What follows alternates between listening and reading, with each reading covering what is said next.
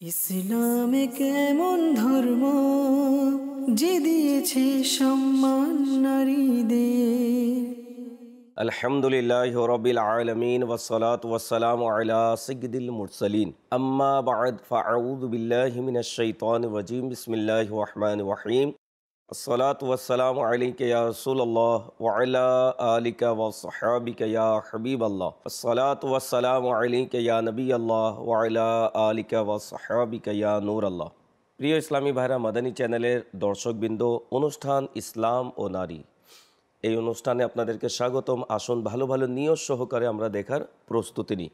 হযরতে সাইয়েদনা ওমর বিন খাত্তাব রাদিয়াল্লাহু তাআলা আনহু ইরশাদ করেন, ইন্নাদ দুআআ মাওকুফুম বাইনাস সামাই ওয়াল আরদি লা ইয়াসআদু মিনহু শাইউন হাত্তা তুসাল্লিয়া আলা নবিয়্যিকা সাল্লাল্লাহু আলাইহি ওয়াসাল্লাম।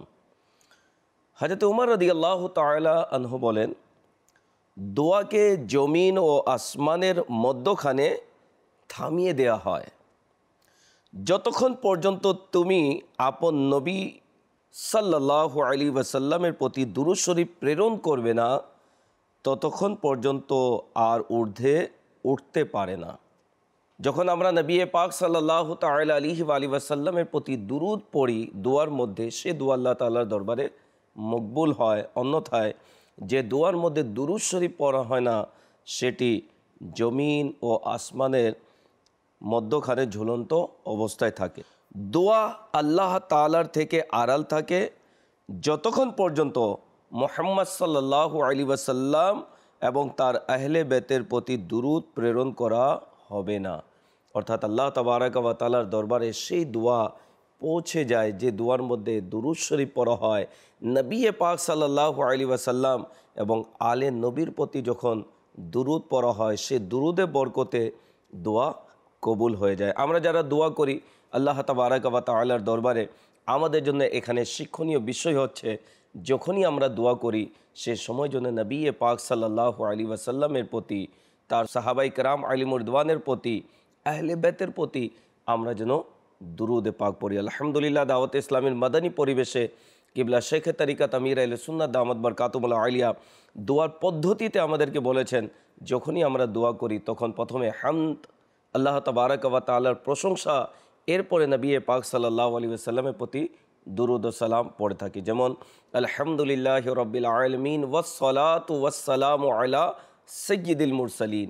এই আরবি ইবারত পড়ে দোয়া আল্লাহ তাবারক ওয়া তাআলার দরবারে করা হয়। আসুন বরকতের জন্য আমরা দুরূদ শরীফ পড়ি। সাল্লু আলাল হাবিব সাল্লাল্লাহু তাআলা আলা মুহাম্মদ সাল্লাল্লাহু আলাইহি ওয়াসাল্লাম। মাদানী চ্যানেলের দর্শকবৃন্দ, আজকের এই পর্বে এমন এক মহান রমণীকে নিয়ে আলোচনা হবে, যিনি হলেন নবী পাক সাল্লাল্লাহু আলাইহি ওয়াসাল্লামের সম্মানিতা স্ত্রী। জি হ্যাঁ, তিনি উম্মুল মুমিনিন এর অন্তর্ভুক্ত এবং আমরা যারা মুমিন মুসলমান রয়েছি, আমাদের প্রিয় আম্মাজান। নবী পাক সাল্লাল্লাহু তাআলা আলাইহি ওয়াসাল্লামের সম্মানিতা স্ত্রীগণের মধ্যে সর্বশেষ যিনি ইন্তেকাল করেছেন, অর্থাৎ নবী পাক সাল্লাল্লাহু তাআলা আলাইহি ওয়াসাল্লামের জাহিরি ওফাতের পর অনেক দিন তিনি বেঁচে ছিলেন এবং পবিত্র বিবিগণদের মধ্যে তিনি সর্বশেষ দুনিয়া থেকে বিদায় নিয়েছেন। তিনি হলেন পৃথিবীর ইতিহাসে পূর্ণিমার মতো উজ্জ্বল এক নাম, যাকে উম্মে সালামা বলে আমরা জানি। এবং উম্মে সালামা রাদিয়াল্লাহু তাআলা আনহা, তিনি নবী পাক সাল্লাল্লাহু তাআলা আলাইহি ওয়াসাল্লামের সম্মানিতা স্ত্রী হওয়ার সৌভাগ্য অর্জন করেছেন। ইনশাল্লাহ আমরা এ পর্বে তার জীবনী নিয়ে আলোচনা করব এবং তার জীবনীর মাধ্যমে যা আমাদের জন্য শিক্ষণীয় বিষয় রয়েছে সে বিষয়ে ইনশাল্লাহ আলোকপাত করা হবে। উম্মুল মুমিনিন হযরতে সালমা রাদিয়াল্লাহু তাআলা আনহা ইলম, প্রজ্ঞা এবং সম্মানে অনন্য ছিলেন। প্রকৃত নাম হিন্দ। বাবা কুরাইশ বংশের মখজুম গোত্রের সাহল ইবনুল মুগিরা ইবনে আবদুল্লাহ। তার বাবা অত্যন্ত দানশীল ছিলেন, এমনকি সফরে যখন বের হতেন সফর সঙ্গীদেরও খরচাদি তিনি দিতেন এবং তিনি দানবীর ছিলেন। সম্ভ্রান্ত বংশে লালিত পালিত হওয়ায় উম্মে সালামা রাদিয়াল্লাহু তাআলা আনহা এর স্বভাবেও আভিজাত্য, লাজুকতা ও দানশীলতার প্রভাব ছিল। তিনি রাদিয়াল্লাহু তাআলা আনহা এর আম্মাজানের নাম হচ্ছে আতিকা বিনতে আমের ইবনে মালিক। উম্মে সালামা রাদিয়াল্লাহু তাআলা আনহার যৌবনে আপন চাচাতো ভাই আবদুল্লাহ ইবনে আবুল আসাদের সঙ্গে বিয়ে বন্ধনে আবদ্ধ হন। এই প্রথম স্বামীর ঘরে তার সন্তান ছিল 4 জন, যাদের নাম হচ্ছে সালামা, উমর, দুররা ও বর্রা। তিনি রাদিয়াল্লাহু তাআলা আনহা ইসলাম গ্রহণ করলেন এবং আস-সাবিকুনাল আউয়ালুন, কোরআনুল করিমের মধ্যে যাদেরকে বলা হয়েছে ইসলামের প্রাথমিক যুগে যারা ইসলামকে গ্রহণ করেছেন, কোরআনুল করিমের মধ্যে তাদের প্রশংসা করা হয়েছে। উম্মে সালামা রাদিয়াল্লাহু তাআলা আনহা তিনিও আস-সাবিকুনাল আউয়ালুনের অন্তর্ভুক্ত। তিনি এবং তার স্বামী আবু সালামা সেই ত্যাগী সাহাবীদের অন্তর্ভুক্ত যারা নবুয়ত সূচনাকালের অল্প কয়েকদিন পরই ইসলাম ধর্ম গ্রহণ করলেন। নবী করিম সাল্লাল্লাহু আলাইহি সাল্লামের দাওয়াতে তখন মাত্র 10 জন লোক ইসলাম গ্রহণ করেছে। হুজুর সাল্লাল্লাহু আলাইহি সাল্লাম ধারাবাহিকভাবে তিনি ইসলামের দাওয়াত পৌঁছিয়েছেন। একদিন দারে বানু আরকামের কয়েকজন সাহাবীর সঙ্গে বসা ছিলেন। এরই মধ্যে হযরতে উম্মে সালামা রাদিয়াল্লাহু তাআলা আনহা এবং আবু সালামা রাদিয়াল্লাহু তাআলা আনহু অর্থাৎ স্বামী স্ত্রী উভয়জনই উপস্থিত হলেন। নবী করিম সাল্লাল্লাহু আলাইহি সাল্লাম আবু সালামার আশাতে অনেক খুশি হলেন, ইসলাম গ্রহণের দাওয়াত দিলেন এবং পবিত্র কোরআনুল করিমের কয়েকটি আয়াতে মোবারকা পাঠ করে শোনালেন। কোরআন শোনার পর আবু সালামা বললেন, ইয়া রাসূলুল্লাহ সাল্লাল্লাহু আলাইহি ওয়াসাল্লাম, সুবাদে আমারও এই হক আছে, আমিও এই আলোতে আলোকিত হতে চাই, নিজের আত্মাকে আলোকিত করতে চাই। এ কথা শুনে নবী করিম সাল্লাল্লাহু আলাইহি সাল্লাম খুবই খুশি হলেন। আবু সালামা রাদিয়াল্লাহু তাআলা আনহু দ্বিতীয়বার বললেন, আমরা স্বামী স্ত্রী উভয়কে মুসলমান বানিয়ে আপনার আনুগত্যে অন্তর্ভুক্ত করবেন। অতঃপর উভয়জনই কালিমা পড়ে ইসলামের ছায়া চলে আসলেন এবং নবী পাক সাল্লাল্লাহু তাআলা আলাইহি ওয়াসাল্লাম এর আনুগত্যের মধ্যে লেগে গেলেন। এমনকি নবী পাক সাল্লাল্লাহু তাআলা আলাইহি ওয়াসাল্লাম যখন হিজরত করার জন্য বললেন, তখন তিনি নবী পাক সাল্লাল্লাহু তাআলা আলাইহি ওয়াসাল্লামের হুকুমে উভয়জনই আবিসিনিয়া তারা হিজরত করলেন, অর্থাৎ হাবশাতে হিজরত করলেন।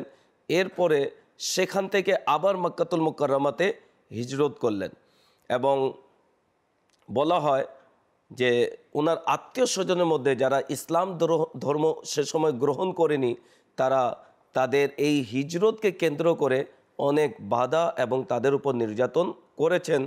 তারপরেও তারা ইসলাম ধর্মকে ছাড়েননি, ইসলামের জন্য সমস্ত নির্যাতনকে তারা সহ্য করেছেন, ধৈর্য ধারণ করেছেন। এমনকি তার সন্তানকে কেড়ে নিয়ে যাওয়া হয়েছিল, তারপরেও নবী পাক সাল্লাল্লাহু আলাইহি ওয়াসাল্লাম এর মহব্বত ভালোবাসা এমন ছিল তাদের অন্তরে যে তারা হিজরত করে নিজের ঈমানকে হেফাজত করেছেন। হযরতে উম্মুল মুমিনিন উম্মে সালামা রাদিয়াল্লাহু তাআলা আনহার প্রথম স্বামী আবু সালামা তিনি উহুদ যুদ্ধে আহত হলেন। এরপর তিনি অসুস্থ হয়ে পড়লেন। ৪র্থ হিজরির জামাদিউস সানির মাসে তিনি শাহাদাত বরণ করেন। নবী করিম সাল্লাল্লাহু তাআলা আলাইহি ওয়াসাল্লাম স্বয়ং নিজেই তার জানাজা নামাজের ইমামতি করেছেন। যখন স্বামীর মৃত্যু হলো, তখন তিনি রাদিয়াল্লাহু তাআলা আনহা সে সময় স্ত্রীর উপর একটি মুসিবত, দুঃখ থাকে। তো হাদিস শরীফের মধ্যে বর্ণিত রয়েছে, কেউ যদি শোকের সময়, দুঃখের সময় এই দোয়া যদি পড়ে, আল্লাহুম্মা আজিরনি ফি মুসিবাতি ওয়াখলুফ লি খায়রাম মিনহা, হে আল্লাহ আমার এই বিপদে আমাকে প্রতিদান দিন এবং আমাকে এর চেয়ে উত্তম প্রতিদান দান করুন। দোয়াটি করতে তিনি এই দোয়া করলেন এবং মনে মনে এটাও চিন্তা করলেন যে আবু সালামার চেয়ে আর কে ভালো হবে। তিনি এত সুন্দর স্ত্রীর সাথে ব্যবহার করেছেন, থেকেছেন, স্বামী ইন্তেকাল করেছে। হযরতে উম্মে সালামা রাদিয়াল্লাহু তাআলা আনহা দোয়াও করলেন, যেহেতু মুসিবতের সময় এই দোয়া পড়তে হয়। এরপরেও তিনি চিন্তায় পড়ে গেলেন যে আমার স্বামী এত ভালো ছিলেন, এর চেয়ে ভালো আর কে হতে পারে। তিনি তো ছিলেন অনেক উন্নত চরিত্রের মানুষ। আমরা যারা বিবাহিত, আমরাও একটু নিজের দিকে লক্ষ্য করি যে আমার আচার আচরণ, কথাবার্তা, চাল চলন দ্বারা আমার স্ত্রী আমার প্রতি কি সন্তুষ্ট, সে কি মনে প্রাণে আমাকে চায়, নাকি আমি আসলে তার হৃদয়ের মধ্যে একটি ভয়ভীতি সঞ্চার হয়। আমরা ঘরে প্রবেশ করলে স্ত্রী অনেক ব্যথিত হয়ে যায়, দুঃখিত হয়ে যায়, চিন্তিত হয়ে যায়, জানি না আজকে কোন প্রকারের গেঞ্জাম বা ঝগড়া বিবাদ সৃষ্টি হয়। তো যারা আমরা বিবাহিত, যারা স্বামী রয়েছেন, তাদের কাছে অনুরোধ, স্ত্রীর সাথে এমন ব্যবহার করুন যাতে আপনি কোথাও চলে গেলে স্ত্রী যেন আপনার প্রেমে, আপনার ভালোবাসায় যেন বিভোর থাকে। যদি ইন্তেকাল করে যান, সে যেন আপনার দুঃখে কষ্টে, আপনার সে বেদনায় যেন ব্যথিত থাকে। এভাবে নিজের স্ত্রীর সঙ্গে আমাদের থাকা উচিত। তো যখন তিনি এই দোয়া করলেন যে আল্লাহ তাআলা আমাকে এই মুসিবতের উত্তম বিনিময় দান করো, তখন এই রহস্য উদ্ঘাটন হলো। বলা হয় তিনি রাদিয়াল্লাহু তাআলা আনহার ইদ্দতের পর, অর্থাৎ যা শরীয়তের আহকাম রয়েছে স্ত্রীদের প্রতি, ইদ্দতের সময় অতিবাহিত করবে। এরপরে নবী পাক সাল্লাল্লাহু তাআলা আলাইহি ওয়াসাল্লাম তার কাছে বিয়ের প্রস্তাব পাঠালেন। নবী পাক সাল্লাল্লাহু তাআলা আলাইহি ওয়াসাল্লাম যখন বিয়ের প্রস্তাব পাঠালেন, তখন তিনি রাদিয়াল্লাহু তাআলা আনহা অত্যন্ত খুশি হলেন এবং খুশি হওয়ার পর তিনি কয়েকটি কথা নবী পাক সাল্লাল্লাহু আলাইহি ওয়াসাল্লামকে বললেন যে আমি তো বিবাহিত, আমার 4 জন সন্তান রয়েছে, তারপরে আমি অনেক লাজুক। নবী পাক সাল্লাল্লাহু তাআলা আলাইহি ওয়াসাল্লাম তিনি তার পূর্বের ঘরের যে ছেলে মেয়ে ছিল তার লালন পালনের দায়িত্ব নিলেন এবং নবী পাক সাল্লাল্লাহু তাআলা আলাইহি ওয়াসাল্লাম তার সঙ্গে বিয়ে করলেন এবং হযরতে উমর রাদিয়াল্লাহু তাআলা আনহু তিনি নিকার খুতবা, বিয়ের খুতবা তিনি পড়লেন। নবী পাক সাল্লাল্লাহু তাআলা আলাইহি ওয়াসাল্লাম এর সাথে বিবাহ বন্ধনে আবদ্ধ হওয়ার পর তিনি উম্মাহাতুল মুমিনিন রাদিয়াল্লাহু তাআলা আনহুন্নার অন্তর্ভুক্ত হলেন এবং আমরা যারা মুসলমান আমাদের আম্মা হলেন। আল্লাহ তাবারাক ওয়া তাআলা তাকে অসংখ্য জ্ঞানময় মর্যাদা দান করেছেন। বলা হয় উম্মুল মুমিনিন হযরতে আয়েশা সিদ্দিকা রাদিয়াল্লাহু তাআলা আনহার পর সবচাইতে জ্ঞানের মধ্যে তিনি রাদিয়াল্লাহু তাআলা আনহা ছিলেন। বলা হয় সাহাবী ও তাবেঈদের বড় একটি দল তার থেকে জ্ঞান অর্জন করেছেন। সুবহানাল্লাহ।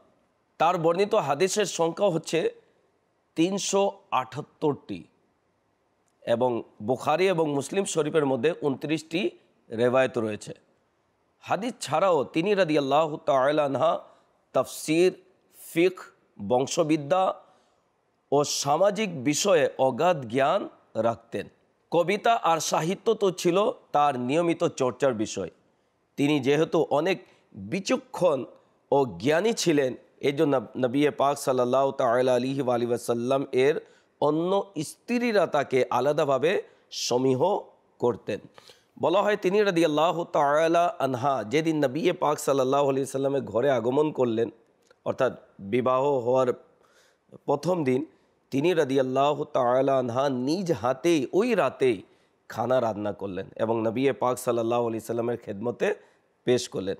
মুহাম্মদ সাল্লাল্লাহু আলাইহি ওয়াসাল্লাম উম্মে সালামা রাদিয়াল্লাহু তাআলা আনহাকে অত্যন্ত ভালোবাসতেন এবং তিনি রাদিয়াল্লাহু তাআলা আনহা ও নবী পাক সাল্লাল্লাহু তাআলা আলাইহি ওয়াসাল্লামকে অত্যন্ত ভালোবাসতেন এবং নবী পাক সাল্লাল্লাহু আলাইহি ওয়াসাল্লাম এর খেদমতে নিয়োজিত থাকতেন এবং নবী পাক সাল্লাল্লাহু আলাইহি ওয়াসাল্লামের সেবা যত্নের অত্যন্ত খেয়াল রাখতেন।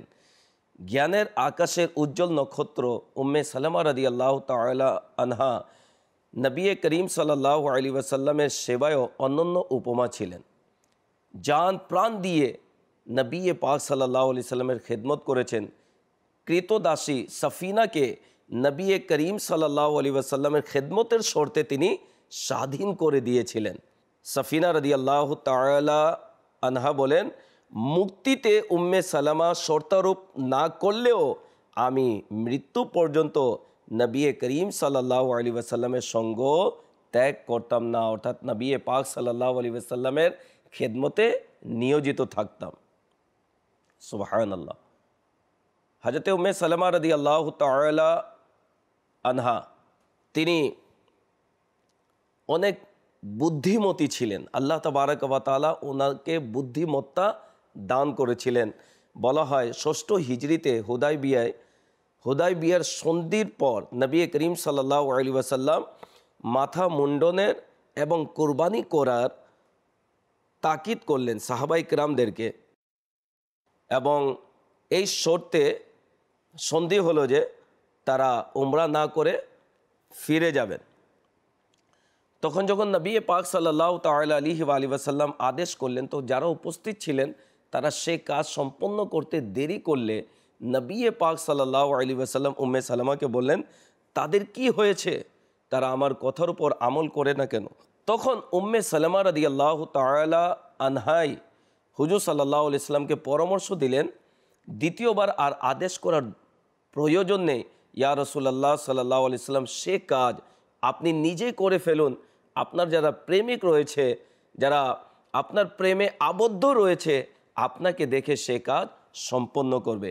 নবী পাক সাল্লাল্লাহু তাআলা আলাইহি ওয়াসাল্লাম তার পরামর্শেই নিজের মাথা মোবারকের মুন্ডন করলেন এবং নবী পাক সাল্লাল্লাহু আলাইহি সাল্লাম কুরবানি করলেন।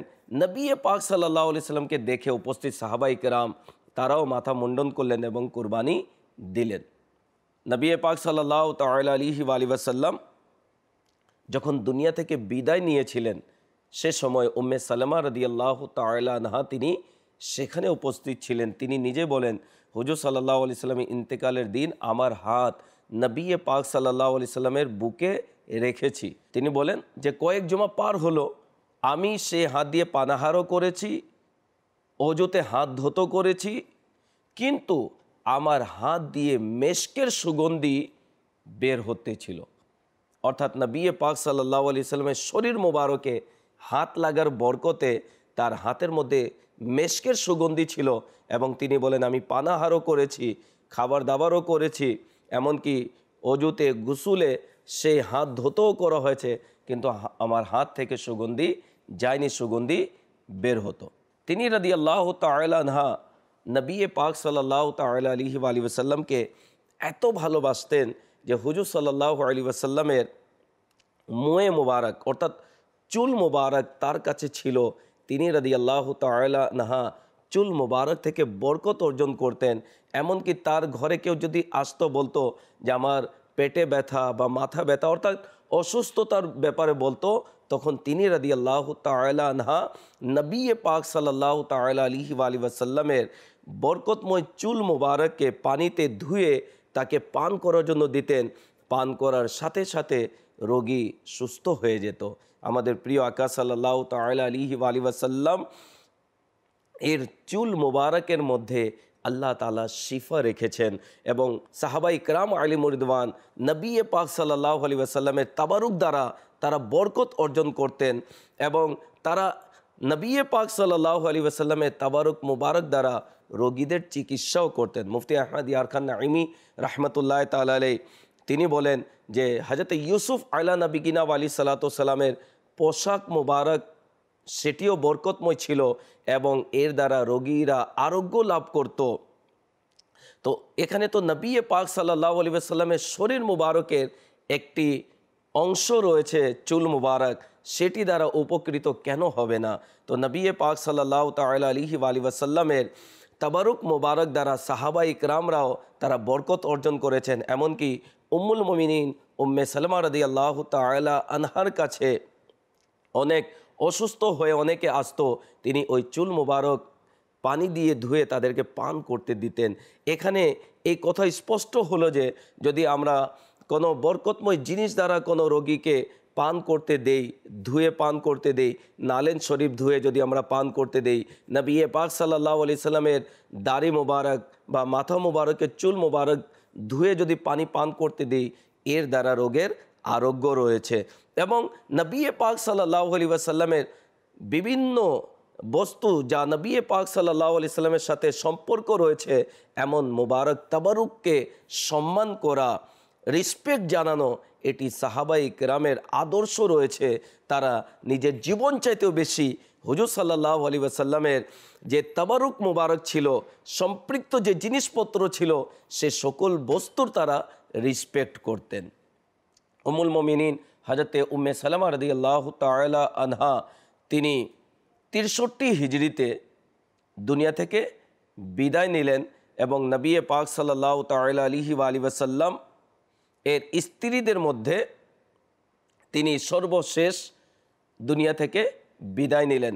এবং তিনি রাদিয়াল্লাহু তাআলা আনহা কারবালার যে ঘটনা সংঘটিত হয়েছে, সে সংঘটিত হওয়ার সময়ও তিনি হায়াতে জাহিরিতে ছিলেন এবং নবী পাক সাল্লাল্লাহু আলাইহি ওয়াসাল্লাম তাকেই ইমামে হুসাইন রাদিয়াল্লাহু তাআলা আনহু কারবালার ময়দানে যে শহীদ হবেন পূর্বাভাস দিয়ে দিয়েছিলেন, ভবিষ্যৎবাণী বলে দিয়েছিলেন।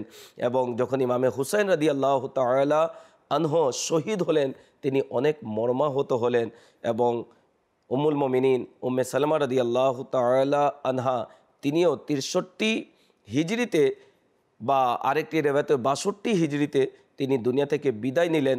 হযরতে আবু হুরায়রা রাদিয়াল্লাহু তাআলা আনহু তার জানাজা নামাজের ইমামতি করালেন এবং জান্নাতুল বাকিতে তাকে সমাহিত করা হয়। প্রিয় ইসলামী ভাইরা, মাদানী চ্যানেলের দর্শকবৃন্দ, উম্মে সালামা রাদিয়াল্লাহু তাআলা আনহার জীবনী থেকে যে বিষয় পাওয়া যায় সেটি হচ্ছে স্বামীর খেদমত করেছেন। প্রথম যে স্বামী ছিল তারও খেদমত করেছেন, তার সন্তুষ্টি অর্জন করেছেন। এরপরে নবী পাক সাল্লাল্লাহু আলাইহি ওয়াসাল্লামের ঘরে যখন আসলেন বিবাহিত হয়ে, নবী পাক সাল্লাল্লাহু আলাইহি ওয়াসাল্লামের খেদমতে প্রথম দিন থেকে নিয়োজিত হয়ে গেলেন। ওই সকল মহিলারা যারা এই অনুষ্ঠান দেখছেন, অনেক সময় স্বামী কাজকর্ম করে বাসায় যখন চলে আসে, তখন দেখা যায় স্ত্রী তার নিজের কাজ নিয়ে ব্যস্ত থাকে, স্বামীকে পানি পান করার জন্য পানি এগিয়ে দেয় না, তার খেদমতের প্রতি কোনো খেয়াল রাখে না। স্বামী যখন মুখ খুলেও যদি বলে দেয়, তখন দেখা যায় এড়িয়ে যায়, কথা শোনে না। এরকম করা ঠিক নয়। মনে রাখবেন, স্বামীর অনেক মর্যাদা রয়েছে। নবী পাক সাল্লাল্লাহু আলাইহি ওয়াসাল্লামকে যখন গ্রাম্য লোকেরা বলল, ইয়া রাসূলুল্লাহ সাল্লাল্লাহু আলাইহি ওয়াসাল্লাম, অনেকে কায়সার ও কিসরাকে সেজদা করে, তো আপনি তো তাদের থেকে অনেক উত্তম, আমরা চাই আপনাকে যেন সেজদা করি। তখন নবী পাক সাল্লাল্লাহু আলাইহি ওয়াসাল্লাম বললেন, আল্লাহ তাআলা ব্যতীত কাউকে সেজদা করা জায়েজ নেই। যদি আল্লাহ তাআলা ব্যতীত কাউকে সেজদা করা যদি জায়েজ হতো, তাহলে আমি স্ত্রীকে বলতাম স্বামীকে সেজদা করার জন্য। তো এই রেওয়ায়েত দ্বারা স্বামীর মর্যাদা বর্ণনা করা হয়েছে, বয়ান করা হয়েছে। তাই অনুরোধ করব, যারা বিবাহিত রয়েছেন ইসলামী বোনেরা, নিজের স্বামীর খেদমত করুন, ইনশাল্লাহ দুনিয়া আখিরাতে সম্মান অর্জিত হবে। সময় হয়েছে বিদায় নেওয়ার। যারাই এতক্ষণ পর্যন্ত আমাদের সাথে ছিলেন, দোয়া করি আল্লাহ তাআলা আপনাদেরকে বরকত দান করুক। মাদানী চ্যানেলের সঙ্গে থাকুন। সাল্লু আলাল হাবিব সাল্লাল্লাহু তাআলা আলা মুহাম্মদ সাল্লাল্লাহু আলাইহি ওয়াসাল্লাম। ইসলামে কেমন ধর্ম যে দিয়েছে সম্মান নারীদের।